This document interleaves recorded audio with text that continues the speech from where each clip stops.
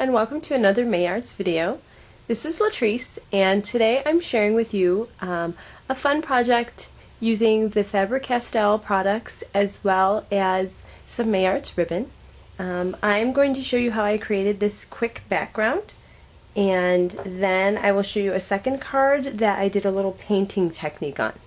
So here is the card that we'll be making, and this background was created using the Faber-Castell gelatos in the Tropical collection, as well as some white mist, and then this fun crochet ribbon is from May Arts, and I have kind of the sage green, and I'm going to also be using the soft blue for my next card. So first off, I want to show you how I created this background, and I actually created two of them. This is the second piece of it. So this piece actually connected, I can't remember how it was connected, but it connected this way, and then I cut it into two. So I did a large area first, and then I just cut my pieces down to whatever size I wanted. So you could very well do like an 8.5 by 11 sheet and then trim those down. It's also great to just make backgrounds on canvases, as well as like burlap or canvas cloth, or you could cut these pieces down for like your project life or your scrapbooking. Alright, so let's go ahead and get started. So what you'll need is I have a brush, and then I have a little dish of water here, and then I've got my my four color choices here. So these are very thick. I love the little containers that are like chapstick containers. They're the thickness of like, not the same as crayons. They're softer than crayons, kind of waxy, but it's a nice consistency to work with. They work really well with water. So I am just going to do a few lines. The darker you color, the darker it will be, because I'm going to go over this with water and make it look more watercolored. Alright, so I've got that one. And I'm not doing them in any specific order. The colors will blend afterwards. And then we'll do our green. And I'm working on a craft sheet. These things are really great for embossing and for working with water and things like that. So I am just going to take this wet brush, which my brush was dirty, now it's clean, but that's okay. I'm going to take my brush and I'm just going to swipe across. And you see how easily that blends? And then if you want it a little bit smoother, you can keep adding water. And then you'll dry it later. So I'm going to do that all the way across, and I'm going to let those colors blend all by themselves. And the reason I'm using the side of the brush first is because I can get in there a little bit rougher, and I can blend that color into the paper. Alright, so then now that is all done. And then all I did, you can either heat dry it, or just let it air dry. I'm just going to wipe up my surface with a wipe here. I'm going to move that to the side because I can use that for something later. Oh, but you know what? Let me show you.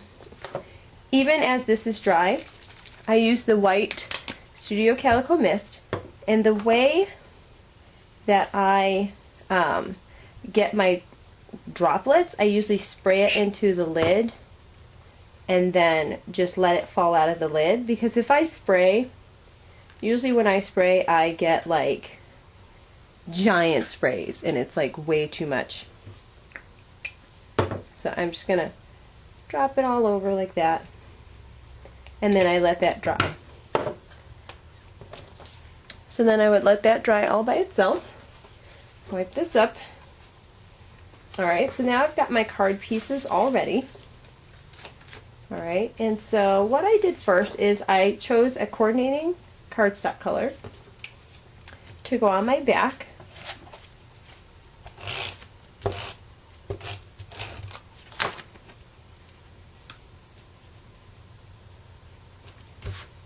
Alright, and then next what I did is I used some 3D adhesive along with my front piece here to create a 3D effect off of this other white piece of paper.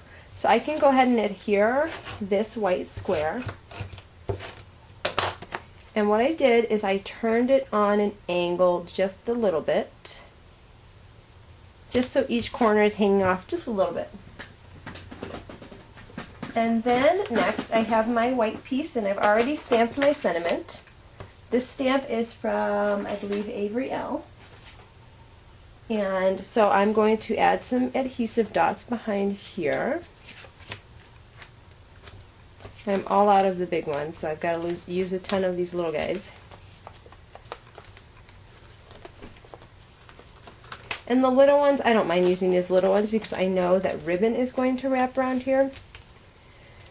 Alright, so that's what I'm going to do next. I'm going to wrap my ribbon, and I am just going to use a little piece of tape to hold my ribbon in place, and I want to look at this and I want to see where I want that to go.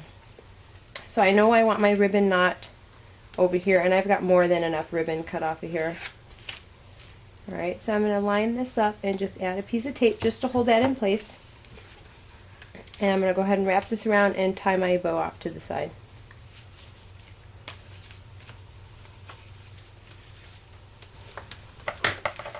Alright, so there is my bow, and I'm going to go ahead and pull my adhesives off the back.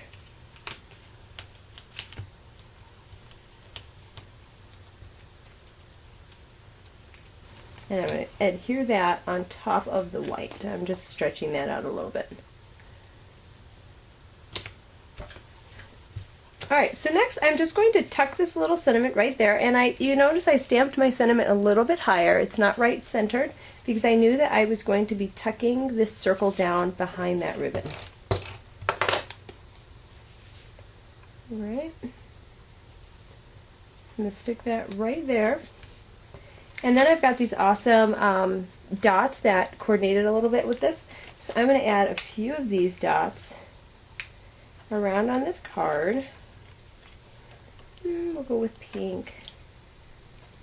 And we'll go with one of these teals. And I usually do an odd number on the dots just to balance it out a little bit. And then that is our card. Oh, and then what I did lastly, instead of going back and doing stitching, I actually used my white Uniball pen, and I went around and I did faux stitching all the way around the card. Alright, so I won't bore you guys with that part, but you can see in the photo that the faux stitching just adds a little bit of pop around the edge of the card there.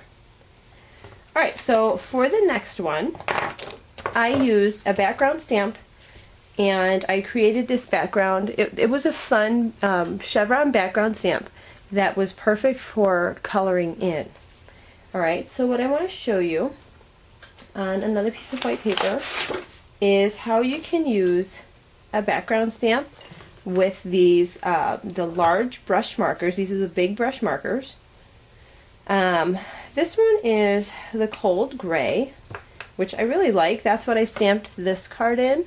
And then I used my palette, I made like a painter's palette to color in the background of this. So I'm just going to show you. You would just put this marker on its side. And it's not going to cover every little piece, but that's what I like about it. It doesn't give you a perfectly stamped image. You get a little bit of you know, it looks a little bit distressed. Alright? And then I'm just going to stamp in this area up here just to show you guys. Alright? So you can see how it's a little bit distressed, but I love this color gray. Okay? So, these are, I think these are like Indian ink, which are really great for coloring. So what I've got here is I've got my stamped image, and then just to show you, I'll use the purple. I just rubbed this on my craft sheet, and I got, you know, a little bit on there, quite a bit. And then this is a water brush pen, it holds water in the reservoir. So I'm just going to squeeze it to get a little bit of water down. And then I'm mixing this up to make like a watercolor paint. So right here on the side, I've got a little bit of watercolor paint. So now I can go in and I can color these dots with these different colors.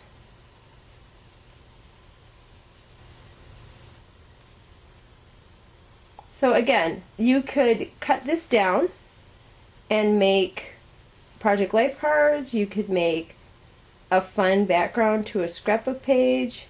I just love that I can create this watercolor look with these gelatos that are so versatile. So that's how that looks, and then it will dry a little bit lighter. You could spray shimmer mist over this. These inks are not going to smear even after using water. Alright, so thanks so much. That is all I have for you today. Thanks so much for stopping by and watching the video. There's lots more to see on the blog hop, and please don't forget to comment on each blog, and maybe you could win some of these fabulous Faber-Castell products along also with Mayarts. Sorry about that. Alright, thanks so much for stopping, and have a good day. Bye.